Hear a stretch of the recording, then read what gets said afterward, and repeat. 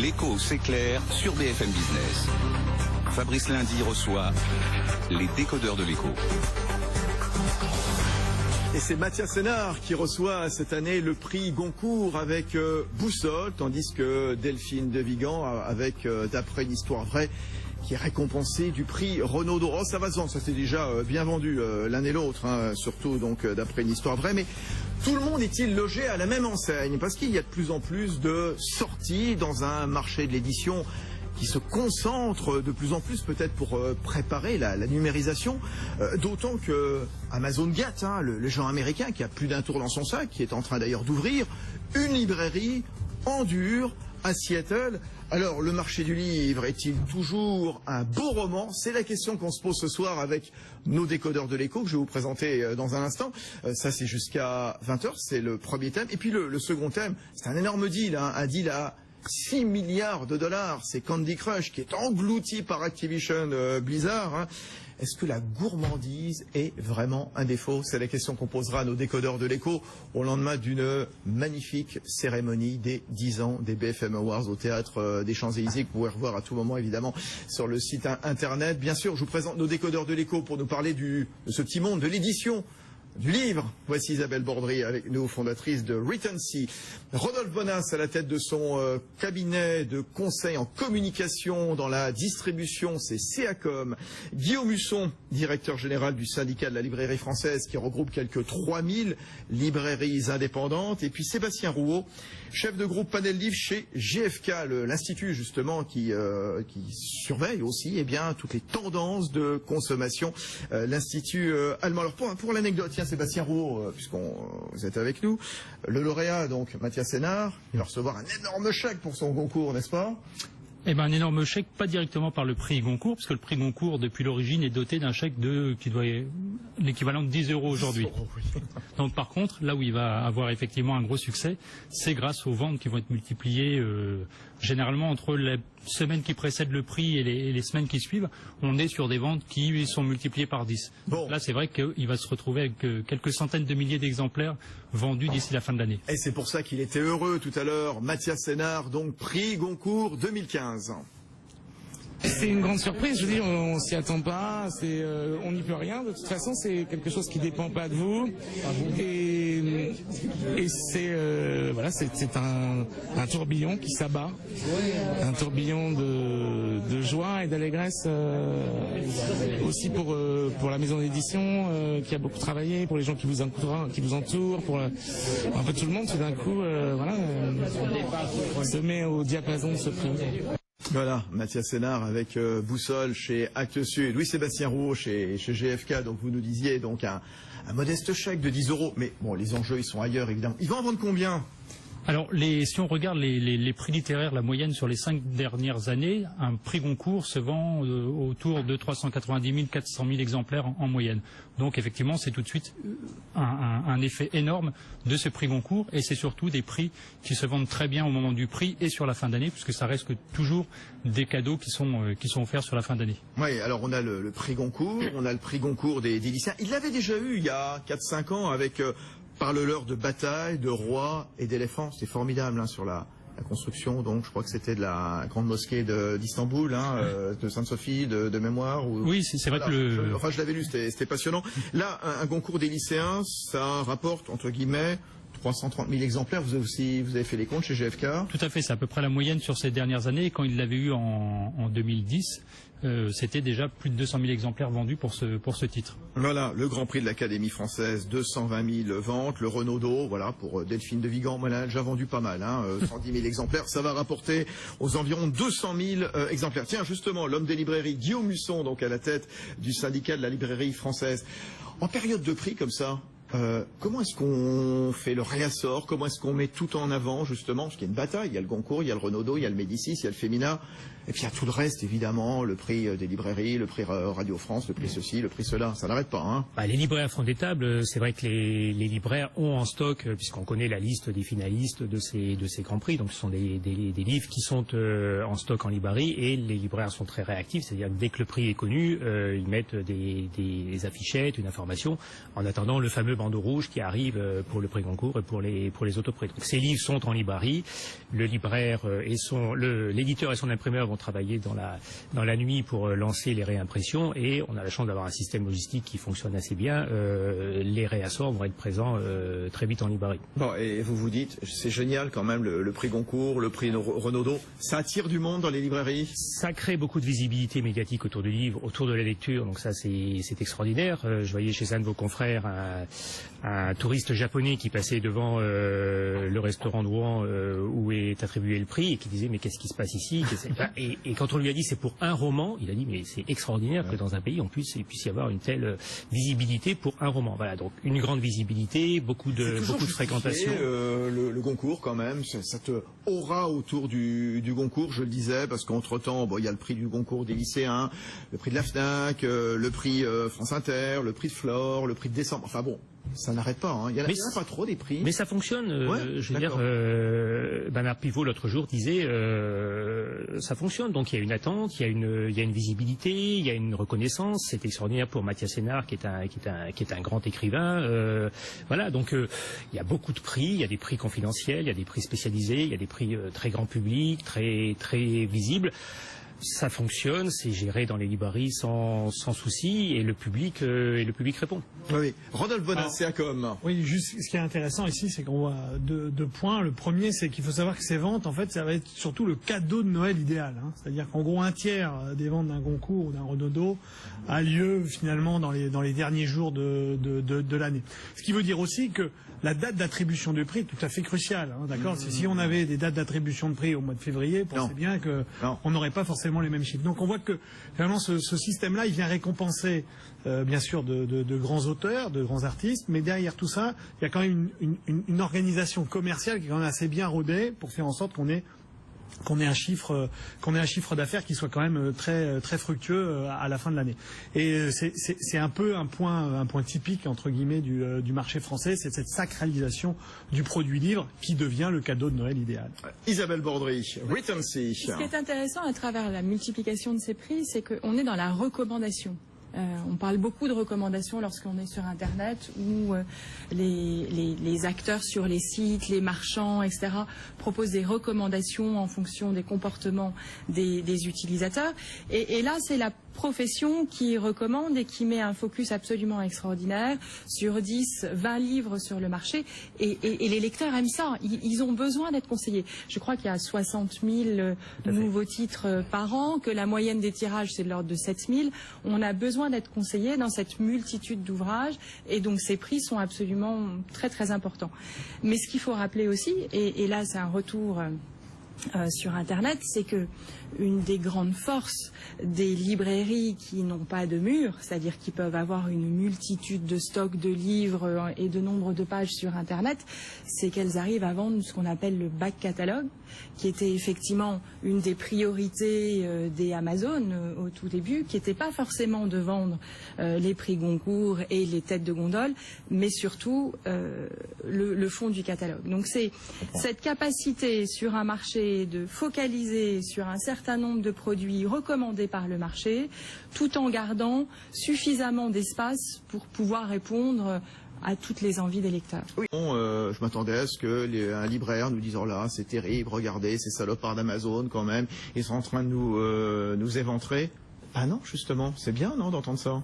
Non, il y a un modèle qui fonctionne. La preuve, c'est que les chiffres, l'évolution du chiffre d'affaires des librairies est positif. Il va l'être très certainement encore cette année. Donc, il y a un modèle, ce que décrivait Pascal Thuot, du service, de l'accueil des clients, la beauté du lieu, la diversité de l'offre, des animations, des auteurs invités. Les libraires travaillent avec des associations, les réseaux locaux. Voilà.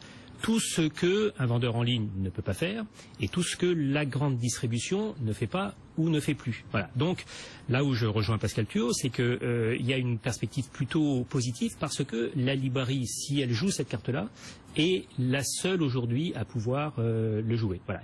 Et c'est donc cette carte, avec excellence bien sûr, qu'il faut jouer. On va y revenir. On parlait tout à l'heure, Sébastien Rouault, donc de GFK, donc bien de ces prix Renaudot, prix Médicis Avenir, prix Féminin, également le prix Goncourt aujourd'hui, Mathias Sénard. Voilà. versus donc quelques centaines, quelques milliers de sorties chaque année. Avec le Figaro et vous, GFK, vous avez regardé. Alors on est fin 2015, on n'a que les chiffres de 2014, le palmarès de 2014, mais on a 10 auteurs. Marc Lévy, Guillaume Musso, Catherine Pancol, Gilles Le Gardinier, Patrick Modiano, David Fuenquinos, qui à eux 10, l'an dernier, ont vendu pour plus de 100 millions d'euros de chiffre d'affaires, presque 9 millions d'exemplaires vendus, c'est ça? Oui. Le marché, il se concentre sur 10 auteurs principalement, le gros du marché? Non, il ne se concentre pas sur 10 auteurs. On a toujours, mais ça, quels que soient les marchés, vous avez effectivement les plus gros vendeurs. Donc là, en l'occurrence, c'était depuis plusieurs années Guillaume Musso, Marc Lévy, Catherine Pancol, effectivement. Donc ça, ce sont les auteurs qu'on voit dans tous les points de vente en tête de gondole. Par contre, derrière ces auteurs, il y en a des centaines d'autres et des milliers d'autres qui se vendent moins, qui sont moins visibles. Mais la grande chance qu'on a en France, c'est qu'on a une diversité, on l'a dit, de points de distribution, donc de points de vente, ce qui permet en fait, chaque point de vente va avoir sa typologie de vente. Donc ces grands auteurs, on les retrouve dans les meilleures ventes à peu près partout.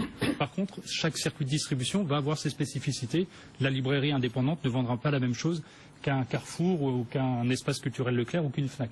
Donc même s'il y a forcément des auteurs communs, après c'est la diversité de l'offre et les spécificités des points de vente qui vont faire la différence et la richesse du marché du livre. C'est intéressant, Rodolphe Bonin, c'est vrai, quand on écoute Sébastien Rouault, on comprend bien que Guillaume Musso, que Marc Lévy, que Catherine Pancol, j'imagine bien que c'est vendu plutôt dans les grandes surfaces, à la Fnac, dans les relais aussi, peut-être dans les gares, et puis peut-être en effet, Mathias Sénard, je ne sais pas, on verra bien, peut-être dans des librairies indépendantes.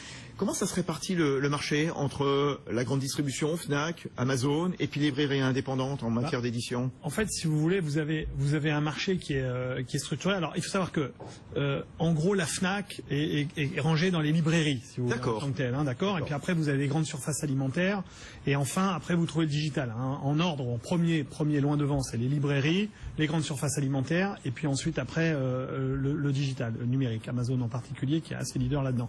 Mais ce qu'il ne faut pas oublier là-dedans, c'est que quand on parle de vente digitale, il y a deux typologies. C'est-à-dire, il y a la vente à distance de livres physiques, c'est-à-dire que vous payez en digital et vous recevez un livre physique. Exactement. Papier, et puis après, vous avez les éditions numériques, c'est-à-dire que vous avez soit au travers des Kindle et autres Kobo, ou bien sinon que vous avez avec un fichier numérique. Et donc, on voit bien que autant la vente à distance de livres physiques est en croissance, et c'est un canal réellement qui vient en alternative des réseaux de librairies, que ce soit organisé. On a un chiffre de pourcentage sur ce que représentent les librairies versus la grande distribution versus Amazon? Alors, j'ai pas l'élément. Ce que je sais, c'est que... Quelqu'un là, Guillaume Husson, du syndicat de la librairie française. La librairie indépendante, c'est plus de 40% du marché. Très bien, d'accord, 40%. Et on sait combien Amazon approvisionne le marché ou pas, à peu près?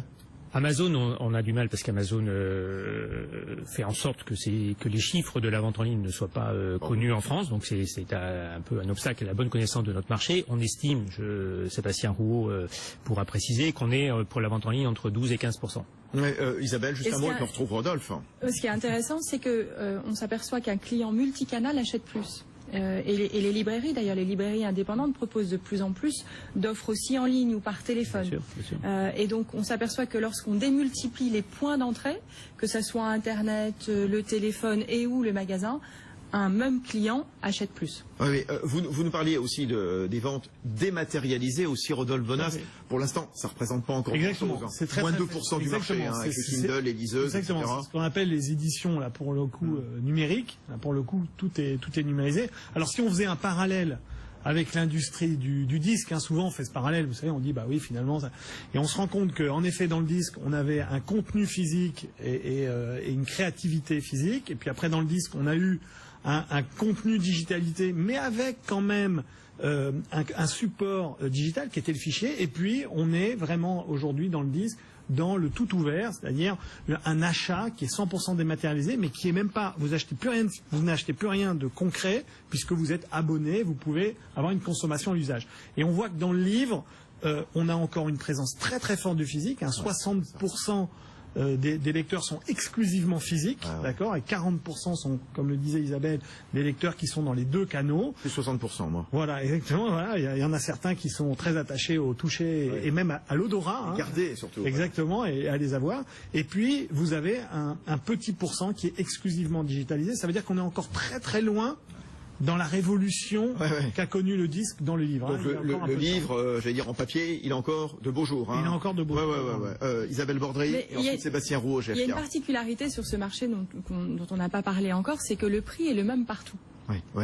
Et ça, c'est important de le noter parce qu'il ne peut pas y avoir de dumping de prix. Donc, comment on se différencie? Sauf sur le livre électronique avec une TVA à 20%, d'après ce que j'ai compris, depuis une décision de la Cour de justice de l'Union européenne qui doit dater de début 2015, qui a dit non, c'est du service, c'est pas du bien culturel, donc c'est 20% et c'est pas 5,5%. Oui, Guillaume Muson. Il y a un débat en cours avec la Commission européenne. Pour l'instant, la France applique toujours le taux le taux réduit de 5,5% malgré au livre la numérique comme au livre papier européenne. D'accord. Bon, alors très bien. Et on a de bons espoirs que l'Europe dans son ensemble aille vers une harmonisation des taux de TVA pour le. Mais lorsque vous voulez acheter effectivement un livre, que ça soit à la Fnac, dans le magasin, à la Fnac en ligne ou dans le libraire en bas de chez vous ou à Amazon, le prix est le même.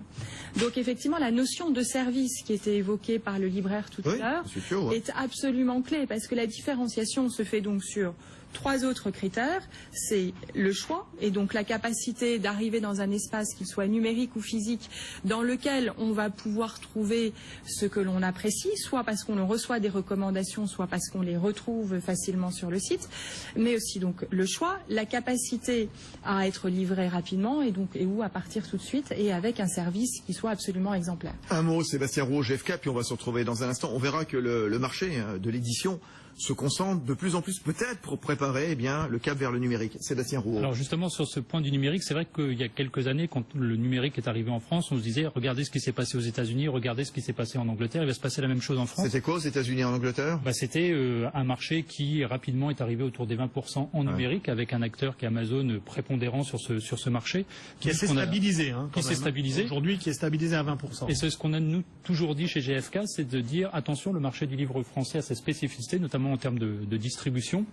Donc, ce qui fait que le marché du livre numérique ne se développe pas autant qu'on pouvait le dire il y a plusieurs années. Et puis en plus, ce qu'on oublie aussi souvent, c'est que le livre est une formidable technologie. On en a tellement l'habitude qu'on l'oublie. Mais vous prenez un livre de poche, vous pouvez l'emmener sur la plage, il peut prendre de l'eau, du sable, vous l'avez toujours. Vous emmenez plus difficilement une tablette ou une liseuse ou votre smartphone pour lire. Donc c'est que le livre en soi, en tant qu'objet, est un formidable objet technologique. Il est résistant. Est-ce que le marché du livre est toujours un beau roman? Voilà l'actualité. C'est à la fois les prix littéraires. C'est Amazon qui ouvre sa librairie en dur à Seattle. C'est Anthony Morel qui nous l'expliquera dans un instant. Vous restez avec nous avec les décodeurs de l'écho ce soir sur BFM Business, à la télé, à la radio. On revient vite. Bonne soirée. Le petit monde de l'édition, gros monde de l'édition, bien sûr. Tiens, combien il se vend de livres chaque année en France? Quelqu'un me le dit, Guillaume Muson, donc directeur général du syndicat de la librairie française. On est à 350 millions de livres vendus par an. 350 millions. Et on se situe comment à pays comparable versus les Anglais, les Espagnols, les Allemands? C'est comparable. On est dans la moyenne des grands pays occidentaux. Alors oui, une actualité très riche. On verra dans un instant pourquoi Amazon veut ouvrir une librairie en dur à Seattle. Et puis la remise aujourd'hui, la remise en tout cas, on a décerné les prix très attendus, le prix Goncourt, Mathias Sénard pour Boussole chez Actes Sud et Delphine de Vigan pour D'après une histoire vraie, une reconnaissance supplémentaire pour elle. Voilà ce qu'elle disait. Ça apporte une reconnaissance, une forme de reconnaissance qui est différente, bien sûr. Moi, j'ai la chance d'avoir déjà celle de lecteurs et je pense qu'un prix comme celui-là peut à la fois permettre probablement de rencontrer d'autres lecteurs et offre une reconnaissance du milieu littéraire, à laquelle je suis sensible. Delphine de Vigan qui a déjà vendu 110 000 exemplaires, c'était l'une des meilleures ventes de la rentrée. Juste encore un mot, Guillaume Muson, justement, puisque vous chapeautez quelques 3000 librairies.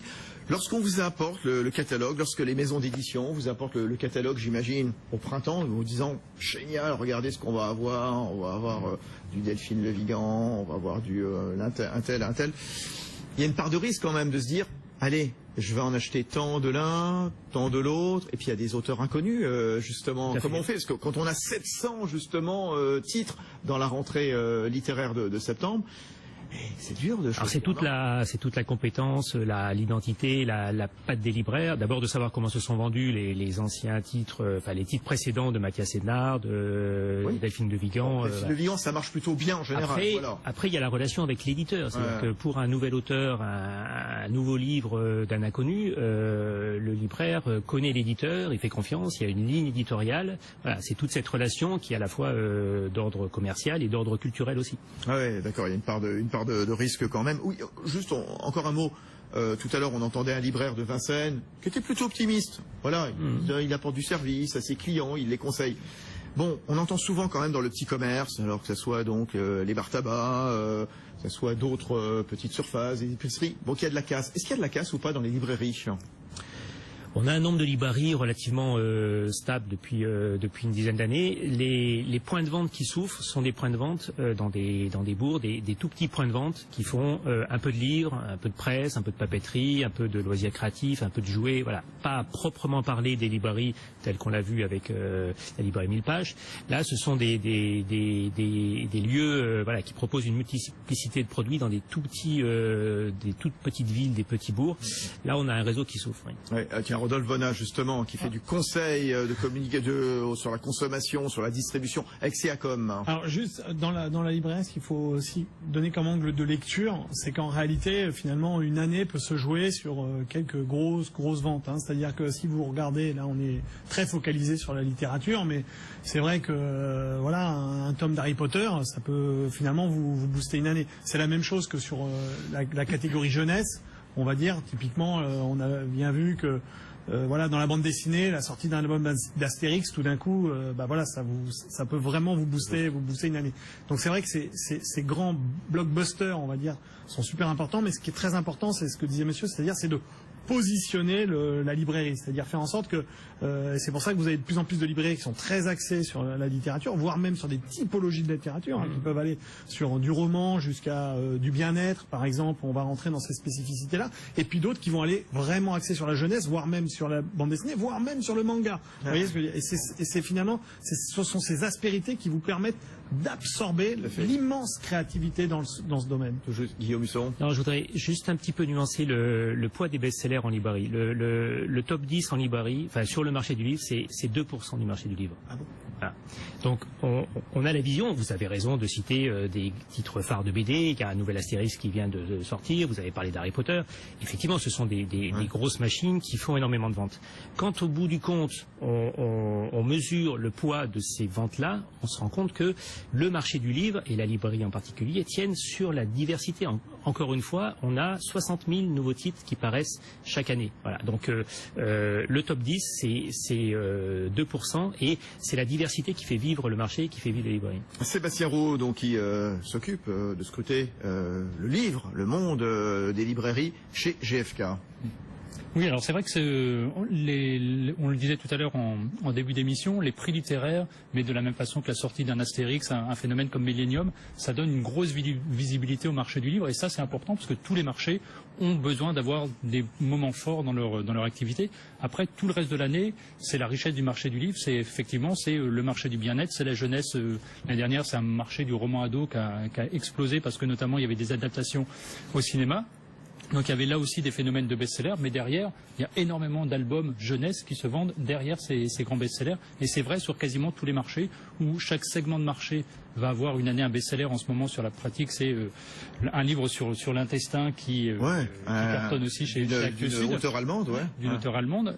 Mais derrière ça, on va retrouver des centaines de livres qui se vendent moins, mais qui se vendent dans tous les points de vente. Ouais, Isabelle Bordry, Retency. On s'aperçoit qu'effectivement, le cocktail, comme beaucoup de commerces d'ailleurs, c'est le choix et la bonne connaissance de ses clients et des centres d'intérêt de ses clients. Donc effectivement, si on a des clients qui sont plutôt jeunes, on a telle typologie de livres, etc., etc. Et ce qui est formidable aujourd'hui, c'est que justement, pour les points de vente, aujourd'hui se développent des outils qui, comme Internet le permet pour tous les acteurs du e-commerce, vont permettre aux points de vente physiques de bien comprendre ce qui se passe dans leur magasin et d'encore mieux comprendre, c'est la révolution du big data, etc., dont on parlait tout à l'heure sur les modifications de modèles économiques, de faire d'encore mieux comprendre ce qui se passe au sein du magasin et de donner au magasin les mêmes armes que les e-commerçants. Et donc effectivement, le point de vente n'est pas mort et aujourd'hui il se dote de plus en plus d'outils numériques pour l'aider justement à être encore plus pertinent. Oui, mais sauf que, Rodolphe Bonas, juste, je reviens là-dessus, ce que vous nous expliquiez, que la vente de livres, de façon virtuelle, cette fois, sur liseuse, sur tablette, ça représente à peine 2%. Pourquoi ça décolle pas en France? Alors il y a des tentatives, je vois la SNCF qui depuis une semaine lance une bibliothèque digitale pour tous ceux qui voyagent en train, qui lisent beaucoup, évidemment, on a du temps en train. Alors tout à fait, alors, ça a beaucoup de mal à décoller et il faut savoir que même à l'intérieur même de ces ventes-là, il faut savoir que ce sont particulièrement les contenus professionnels qui captent le marché. C'est-à-dire que 2/3 des ventes d'éditions numériques 100% digitalisées sont en fait à destination sur des brochures de formation, de sécurité et autres à destination du marché B2B. Donc on voit que sur le marché qui est spécifique à l'univers, va dire grande consommation, c'est-à-dire à nous les consommateurs, on voit que c'est très marginal encore aujourd'hui. Oui, juste avant qu'on voit pourquoi Amazon ouvre sa boutique en dur, sa librairie en dur à Seattle. Encore un mot sur le secteur quand même de l'édition en France qui est extrêmement concentré quand même. On a Flammarion, Folio, J'ai lu, c'est chez Gallimard, Dargaud, Dupuis, Fleurus, chez Média Participation, Grasset, Stock, Calman Lévy, Jean-Claude Lattès, chez Hachette Livre, et puis il y a le géant Editis qui fait partie d'un groupe espagnol, Planeta, où on trouve Robert Laffont, Ipso, Nathan, Le Seuil, 10-18. Pourquoi il y a une aussi grosse concentration donc du monde de l'édition, Sébastien Roux au GFK? Parce que le marché du livre fait partie des industries culturelles, donc il y a effectivement la partie culturelle qui est extrêmement forte, mais on est rentré aussi dans une phase d'industrie depuis plusieurs années, donc il y a des enjeux économiques, financiers, et à un moment il y a certaines maisons qui n'avaient pas suffisamment les reins solides pour être indépendantes, et donc qui ont été achetées au sein des groupes, et en plus aujourd'hui les groupes d'édition, ce sont à la fois des éditeurs, mais ce sont aussi des logisticiens, puisqu'ils vendent, ils entreposent eux-mêmes leurs livres et les distribuent au point de vente. Donc c'est une activité complète d'un groupe d'édition. Rodolphe Bonas, CACOM. Alors, juste pour donner aussi une lecture de ces très grosses maisons, c'est que il faut savoir que cette industrie-là qu'on décrit et qu'on traduit énormément dans le support qui est le livre, d'accord, aujourd'hui, mais finalement c'est toute l'industrie quasiment de la création qui est embarquée là-dedans, puisque vous savez que finalement, tout commence quelque part par l'écrit, c'est-à-dire que ce soit un scénario de film, vous parliez de jeux vidéo, tout ça est scénarisé, d'accord. Et c'est la raison pour laquelle ces grandes maisons ont de plus en plus, en fait, des revenus qui sont liés aux droits, c'est-à-dire finalement à la vente de droits pour des utilisations autres que le livre. Et ce sont des éléments assez constitutifs de leurs résultats de fin d'année, c'est-à-dire que l'augmentation de ces droits vient venir augmenter et prévenir. Donc cette concentration, elle explique ça aussi. Guillaume Husson, c'est le syndicat de la librairie française, 3000 librairies indépendantes. Oui, sur la concentration, je pense que le principal moteur de la concentration, c'est, comme le disait Sébastien Roux, c'est la distribution, c'est-à-dire c'est l'aspect logistique industriel qui est de plus en plus difficile à assumer pour des maisons d'édition indépendantes. Donc la concentration se fait d'abord pour mutualiser les coûts logistiques qui sont très onéreux. De Anthony Morel, est-ce que oui ou non, Amazon est vraiment le fossoyeur des libraires, Guillaume Husson? Non, en France, on peut pas du tout dire ça, puisque la librairie se développe. Donc voilà, on souhaite bienvenue dans le monde physique à un acteur comme Amazon. Ailleurs, oui, Amazon a tué des librairies? Oui, dans des pays, on parlait du prix unique du livre, dans des pays qui ne sont pas régulés par le prix unique du livre, où le réseau des libraires était encore plus fragile qu'en France, comme au Royaume-Uni, c'est sûr qu'Amazon a eu un impact plus négatif. Après, quand on voit votre reportage, c'est une vision de la librairie très formatée, parce que, je veux dire, on va mettre en avant des titres qui correspondent aux achats des gens du quartier, etc. La librairie, ça fonctionne pas comme ça. Ça fonctionne pas comme ça. Il y a une part d'irrationnel, il y a une part on est dans une industrie de l'offre. Si on se réfère seulement à ce que le public environnant a déjà acheté, les nouveaux romans, les nouveaux titres, vous ne les vendrez jamais. C'est-à-dire que dans une rentrée littéraire, il y aurait plus 700 titres, il y aurait 20 titres avec que du Musso, du Marc Lévy et vous savez, ils ouvrent sur 600 mètres carrés, c'est petit. Oui, bien sûr. Des livres en facing, il va pas y en avoir beaucoup. Voilà, mais bienvenue à Amazon qui va petit à petit apprendre à devenir libraire. Sébastien Roux, GFK. Oui, alors justement sur le point de vente physique, on disait tout à l'heure qu'il y avait une diversité en France et nous, on a chez GFK mis en place il y a 2 ans un panel consommateur où on demande à 15 000 panélistes de systématiquement chaque mois nous renseigner leurs achats et nous dire où ils ont acheté et pourquoi ils ont acheté dans ce point de vente. Et on s'aperçoit qu'il y a une complémentarité dans les points de vente. On sait, je pense qu'on a tous fait l'expérience, quand on achète sur Internet, c'est essentiellement parce qu'on sait ce qu'on va acheter. Donc il y a un moteur de recherche qui doit être efficace et on sait qu'on va acheter un titre bien particulier. Quand on va en librairie, on flâne, on découvre, même si on a une idée en tête, bien souvent on repart avec des livres qu'on a achetés auxquels on n'avait pas pensé parce qu'il y a eu du conseil, parce qu'on a flâné. Et donc là aussi il y a une complémentarité dans les points de vente et dans les typologies d'achat. Ouais. Isabelle Bordry, vous grande spécialiste du numérique, ancienne patronne de Yahoo en France, clairement est-ce qu'on peut dire que, alors globalement, Amazon tue les libraires ou au contraire, ou tue les auteurs, je ne sais pas, ou au contraire vient au secours des auteurs qui ne vendent peut-être pas assez et qu'on ne trouve plus forcément dans les points de vente en dur.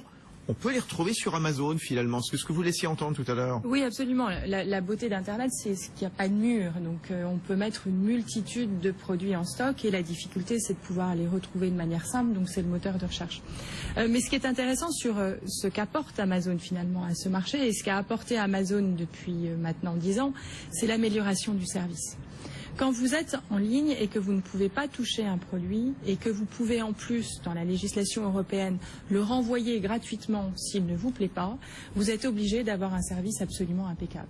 Et ce qui est formidable, c'est que du coup, le marché traditionnel a été poussé vers le haut. Et c'est ce que tout le monde reconnaît, c'est-à-dire que les libraires aujourd'hui sont contents d'avoir amélioré leur service et arrivent à maintenir une politique qui est une politique de croissance avec des services supplémentaires. On entendait Guillaume Musso, on entendait tout à l'heure le libraire de Vincennes, pareil, dans le même esprit. C'est une très belle leçon pour d'autres secteurs. On parle beaucoup d'ubérisation de l'économie et aujourd'hui on s'aperçoit qu'effectivement, notamment dans des secteurs qui s'organisent pour faire face au niveau logistique, avoir un service, on a une augmentation du panier moyen et on s'aperçoit que les clients achètent plus. Donc c'est une très belle leçon et c'est ce que disait tout à l'heure Nicolas Dufourcq sur cette notion du patron de la BPI data, qui était avec Edwige, ouais. Sur cette notion du big data qui aujourd'hui oblige tout le monde, acteurs numériques mais aussi acteurs traditionnels, à revoir leur modèle économique. Et qu'est-ce que ça veut dire revoir le modèle économique? C'est en priorité souvent le service et l'accueil du client lorsqu'on est dans le commerce. Rodolphe Bonas et ensuite Guillaume Musso. Ouais, juste un point, c'est que si on avait vraiment à fixer quels étaient les vrais concurrents du livre, en fait, je dirais que ce sont surtout les autres loisirs des consommateurs. Hein. Pourquoi? Parce qu'on se rend bien compte que finalement le vrai concurrent du livre, c'est le temps.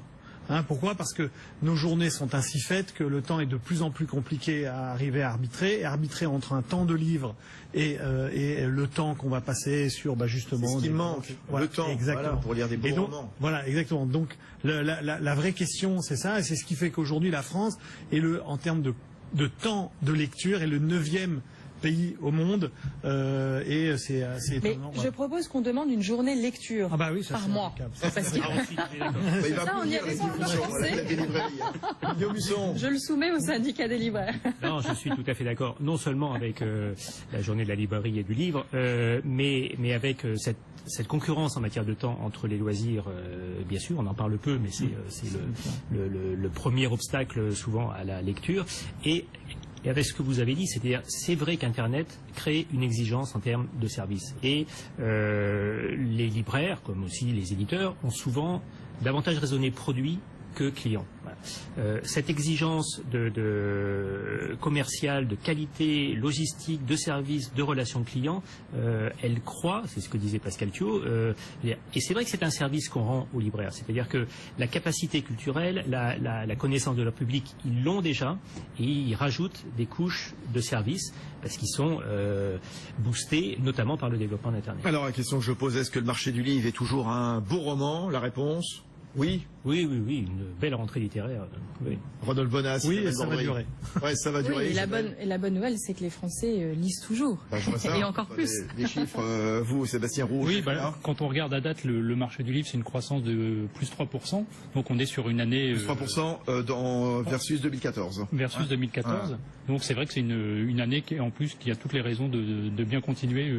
Donc on aura une belle croissance pour 2015. Voilà, je vous remercie. Donc Sébastien Roux, chef de groupe livre. livre chez GFK, donc GFK qui scrute les habitudes de consommation des Français, des Européens en général. Isabelle Bordry à la tête de Returnsea. Merci beaucoup Isabelle. Merci. Rodolphe Bonas avec son cabinet de conseil pour tout ce qui est distribution, c'est CACOM. Et puis Guillaume Husson, directeur général du syndicat de la librairie française qui chapeaute 3000 librairies indépendants. Dans un instant, tiens, un autre loisir justement, le jeu vidéo, et spécialement le jeu vidéo sur mobile.